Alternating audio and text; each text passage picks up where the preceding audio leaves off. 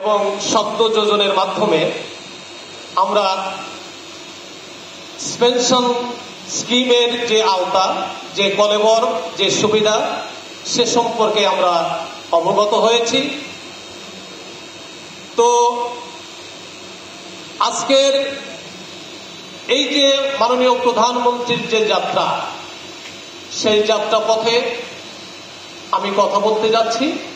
কথা বলার শুরুতেই হাজার বছরের শ্রেষ্ঠ বাঙালি, জাতির জনক বঙ্গবন্ধু সহ জাতীয় চার নেতা, ৩০ লক্ষ শহীদের রক্তের বিনিময়ে বিনির্মিত এই বাংলাদেশ, যাদের ত্যাগের বিনিময়ে আমরা পেয়েছি, আমার আলোচনার শুরুতেই তাদের আত্মার প্রতি গভীর শ্রদ্ধা নিবেদন করছি।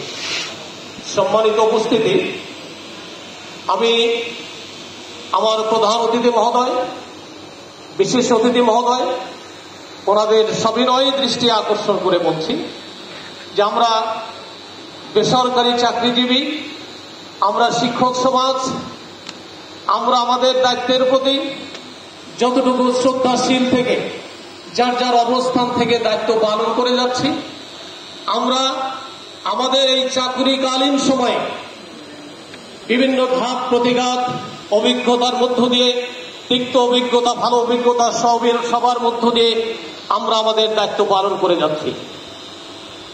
আমরা আজকে সুযোগ পেয়েছি আমাদের জেলার সর্বোচ্চ কর্মকর্তা, জেলা প্রশাসক মহোদয়ের সামনে দুটি কথা বলার জন্য, এখানে সমবেত হওয়ার জন্য। এটা আমি মনে করি আমাদের শিক্ষক সমাজকে উজ্জীবিত করার বাংলাদেশ সরকারের, তাদেরও একটা মহান উদ্যোগ যে শিক্ষক সমাজ উজ্জীবিত হোক, সেই প্রত্যাশায় আজকের এই মহান কর্মযজ্ঞ। সম্মানিত প্রধান অতিথি, আমি সবিনয়ে আপনার দৃষ্টি আকর্ষণ করছি, আমরা প্রামাণ্য চিত্রের মাধ্যমে বৈষম্যের কথা উঠে এসেছে।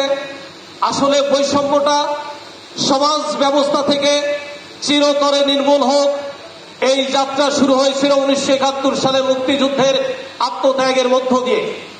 যারা লাখো শহীদ, 30 লক্ষ শহীদ, তাদের রক্ত ঢেলে দিয়েছিলেন একটি কারণে, যে এই সমাজ ব্যবস্থা স্বাধীন সার্বভৌম রাষ্ট্র বৈষম্যহীন ভাবে চলবে, এই প্রত্যাশায় তারা রক্ত দিয়েছিলেন। কিন্তু অত্যন্ত পরিতাপের বিষয়, আজকে 54-55 বছরের স্বাধীনতার এই আয়ুষ্কালে দাঁড়িয়ে আমরা দুঃখের সাথে বলি, বেসরকারি শিক্ষক সমাজ আমরা অবশ্যই বৈষম্যের শিকার। এটা নির্দ্বিধায় আমরা আপনার কাছে বলার সুযোগ পেয়েছি, দয়া করে আপনি শুনবেন। এবং আপনার যে পদ, সারা বাংলাদেশে এই পদ খুব কম সংখ্যক, 64টি পদ অথবা তার 2-1 বেশি। আপনাদের এই পদে যারা অধিষ্ঠিত হন, আল্লাহ রাব্বুল আলামিনের মদদ থাকে এবং বাংলাদেশ সরকারের তীব্র দূরদৃষ্টি নিয়ে এই পদে অধিষ্ঠিত করেন। আপনারা চাইলে এই ব্যবস্থাগুলো, এই বৈষম্যগুলো দূর করতে পারেন। আমরা বৈষম্যের একটি পয়েন্ট হয়তোবা আপনাদের জানা আছে, তারপরেও আমি সবিনয়ে বলবো, আমাদের উৎসব ভাতা 17-18টি বছর হলো আমরা 25% উৎসব ভাতা পাচ্ছি।